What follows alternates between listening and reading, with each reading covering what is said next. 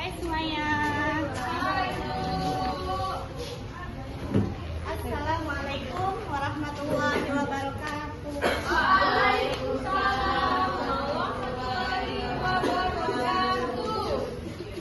Bagaimana kabarnya hari ini? Alhamdulillah luar biasa. Allahu Akbar.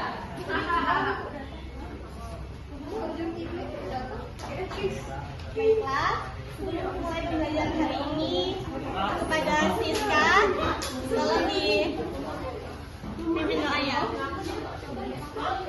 Baiklah teman-teman, mulai pembelajaran kita hari ini, mari kita berdoa menurut kepercayaan kita masing-masing. Berdoa mulai.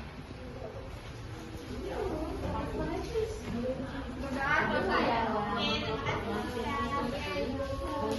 Baiklah, apakah ada yang sudah hadir? Siapa? Siapa hadir?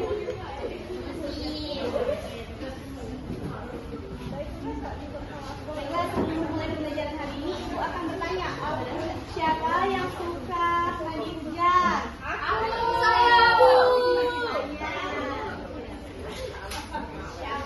Siapa yang tahu bagaimana proses hujan terjadi? Tidak Hujan itu terjadi tidak begitu saja, tetapi ada prosesnya dan ada beberapa tahap. Di sini hari ini Ibu membawa sebuah alat peraga atau media belajar yang bisa membantu atau memudahkan kita untuk mempelajari siklus hujan. Di sini ada 3 tahap utama dalam, kelihatan tidak? Tidak ya? Kelihatan. Ada 3 tahap utama dalam proses siklus hujan. Yang pertama ada evaporasi atau penguapan. Evaporasi atau penguapan ini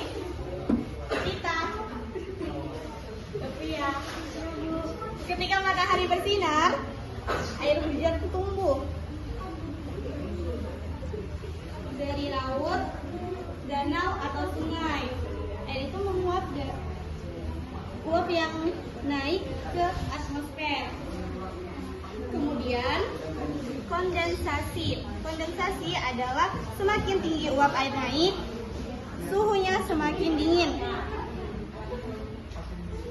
Kemudian ada pun presipitasi atau air hujan yang turun sedikit demi sedikit kemudian menjadi banyak dan menjadi awan yang tebal.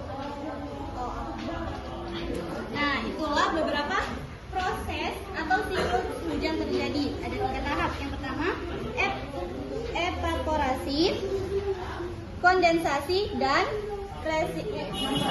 presipitasi. Oke ya sih. Boleh sebutkan beberapa tahap dari proses atau siklus hujan.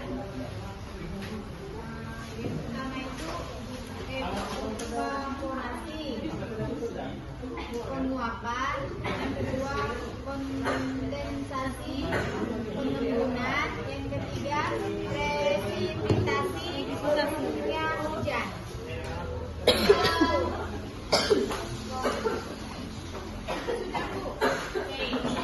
Kemudian biasanya hujan itu terjadi sekitar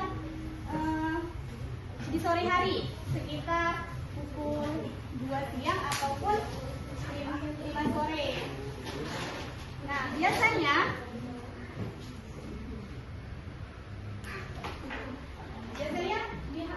kita kan tidak tahu kapan hujan itu terjadi.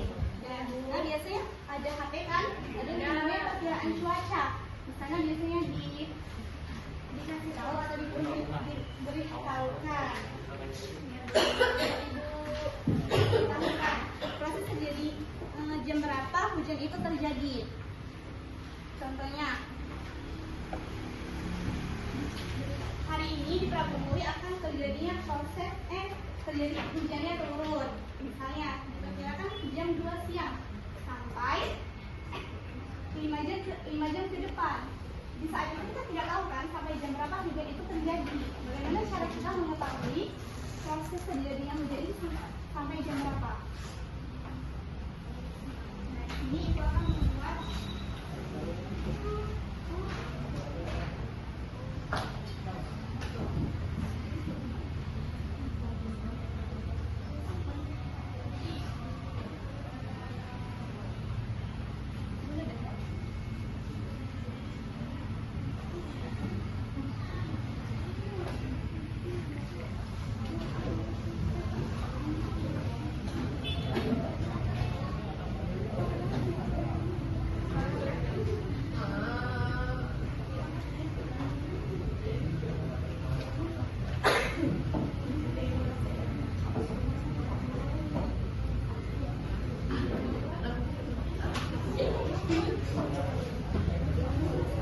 Nah, kita mau mengetahui kan proses ujian itu terjadi berapa lama sampai jam berapa? Contoh tadi di jam 2 siang sampai 5 jam ke depan. Bagaimana cara kita mengetahuinya? Kita hitung 5. 1, 2, 3, 4, 5. Berarti hujan itu terjadi sampai jam, perkiraannya sampai jam 7 malam.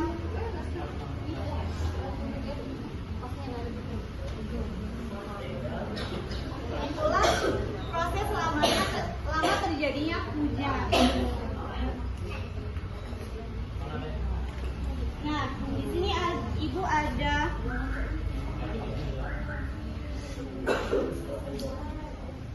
lembah kerja yang bisa diisi. Ibu kasih waktu 5 menit.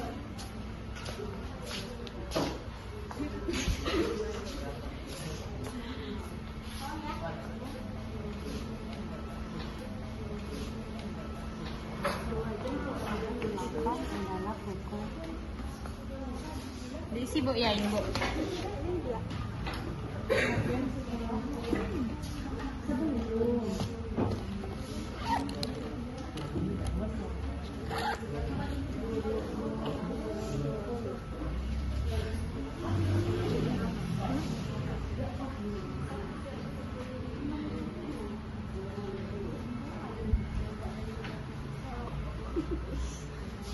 Hai Bu, mau kamu 1 jam.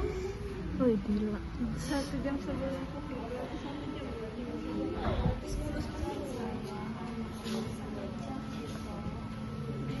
Oke, selesai. Sudah. Terima kasih. Boleh dulu.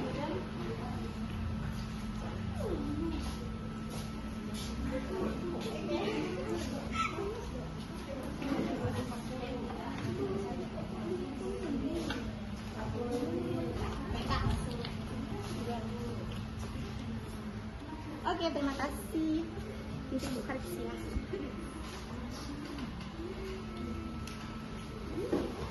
Baiklah. Kemudian kita akan menghubungkan proses terjadinya siklus hujan tadi dengan tingkat tolong menolong. Ketika hujan terjadi itu banyaknya orang-orang biasanya kan setelah hujan terjadi itu jalan jadi licin. Kemudian ketika hujan itu ada yang tidak membawa payung. Itu contoh-contohnya. Lagi ada yang bisa menambahkan? Karin? Iya, dan sebagainya.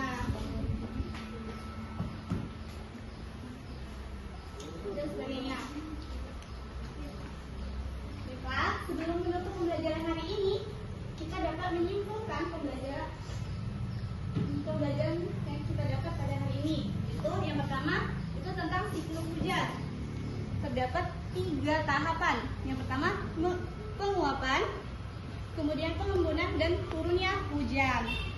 Itulah 3 siklus hujan, 3 utama siklus hujan. Kemudian cara mengetahui jam serta sikap tolong menolong dalam sehari-hari ataupun dalam hujan tersebut.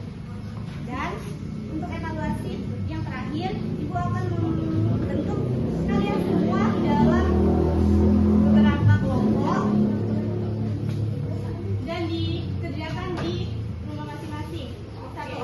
Satu kelompok itu 2 orang ya.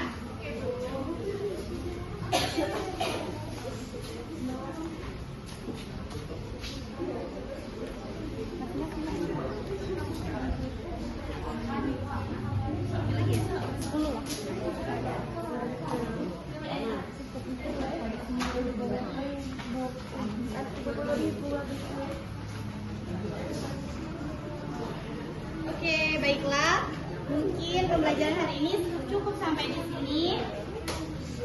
Sebelum menutup pembelajarannya, alangkah baiknya kita berdoa terlebih dahulu. Pada Siska